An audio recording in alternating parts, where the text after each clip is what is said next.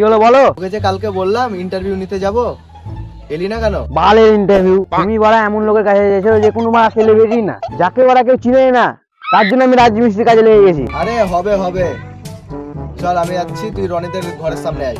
আরে হ্যাঁ ঠিক আছে ঠিক আছে, আমি এখন রেডি হয়ে আসছি।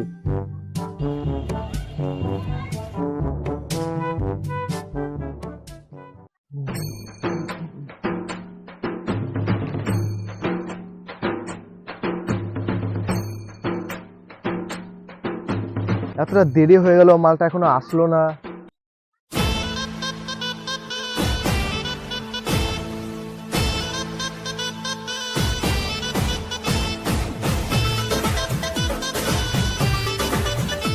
বলছি এত রাত্রি বাড়া ডাকলা, কার কাছে ইন্টারভিউ নিতে যাবা? এমন একজনের কাছে নিয়ে যাবো, সে বাড়া গাঁর ফাটা ভাইরা। তুই বড়া এমন লোকের কাছে নিয়ে যা, তোকে কেউ চিনেই না বড়া। আরে বাড়া, ছোট ছোট বাচ্চাদের মুখে ওর নাম, বাচ্চা ছাড়ো পুরো পৃথিবীর লোকের কাছে ওর নাম। কে গো বড়া? দাঁড়া বাড়া, সব বলবো, আগে ক্যামেরাটা বের করি। ক্যামেরাটা বের কর। রেডি? সো হ্যালো গাইস, আমরা চলে এসেছি আবার। এই ভূত নাচকে ব্লক করতে লেগেছে বানা, তুমি তো বানা রিপোর্টার।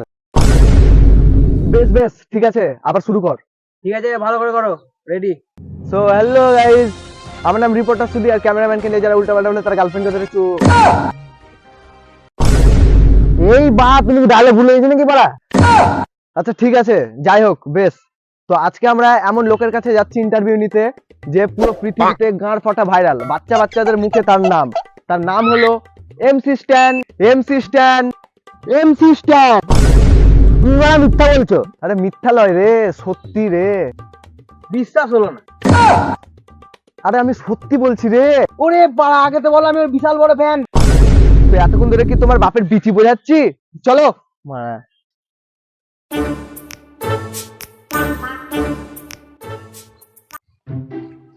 তো দেখুন একটা ছেলে দাঁড়িয়ে আছে না, ওকে গিয়ে এমসি স্ট্যান্ডের বাড়িটা জিজ্ঞেস করবো, ঠিক আছে? মালটাকে জিজ্ঞেস করবো, ঠিক আছে?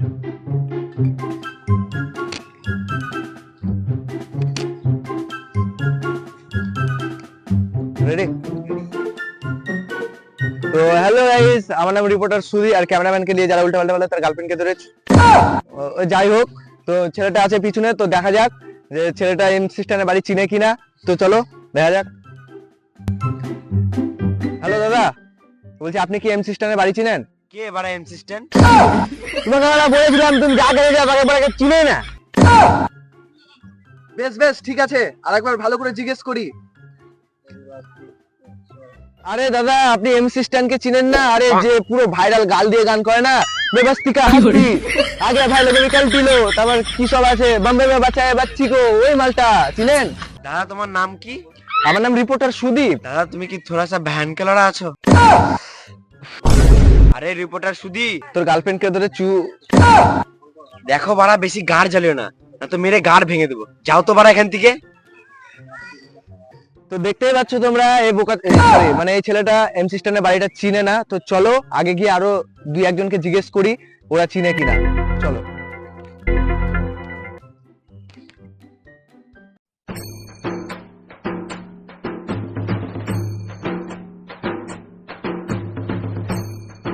দেখো বাড়া এত দূরে আসছি, যদি ইন্টারভিউ না দিতে হবে মেরে তোমার গাড় ভেঙে দেবো।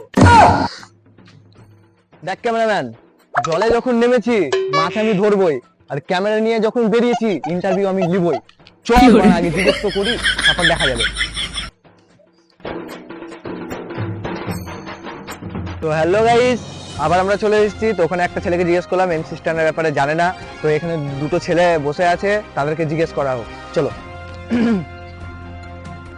তো আপনারা কি এমসি স্ট্যান্ডের ব্যাপারে জানেন? ও হ্যাঁ হ্যাঁ হ্যাঁ জানি, এমপি স্ট্যান্ড নাকি না? হ্যাঁ। হ্যাঁ জানি তো।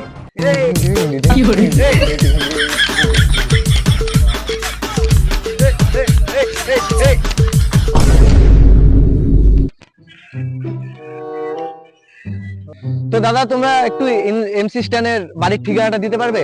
হ্যাঁ পয়সা লাগবে। না না, পয়সা দিলে তো হবে না, পয়সার সাথে একটা খাম্বাও লাগবে। ও তো তোমার নাম কি?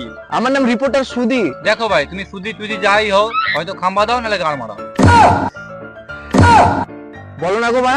বলবো না, গাড় মারাই।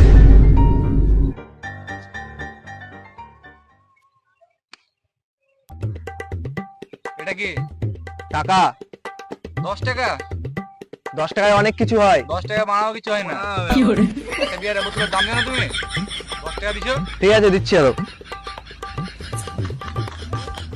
দেখো ভাই গরিব মানুষ, এর থেকে বেশি আর কিছু দিতে পারবো না। এমসি স্ট্যান্ডের ঠিকানাটা দাও। এই বানা এ তো আচ্ছা ভিকারি চুদা রিপোর্টার বানা। তোমার নামটা কি যেন বললা? আমার নাম রিপোর্টার সুধি। তোমার গার্লফ্রেন্ড কে বলে চু কেউ বলে বলছে না আমি গামলা ঘর চললাম। ও ভাই শুনো শুনো শুনো,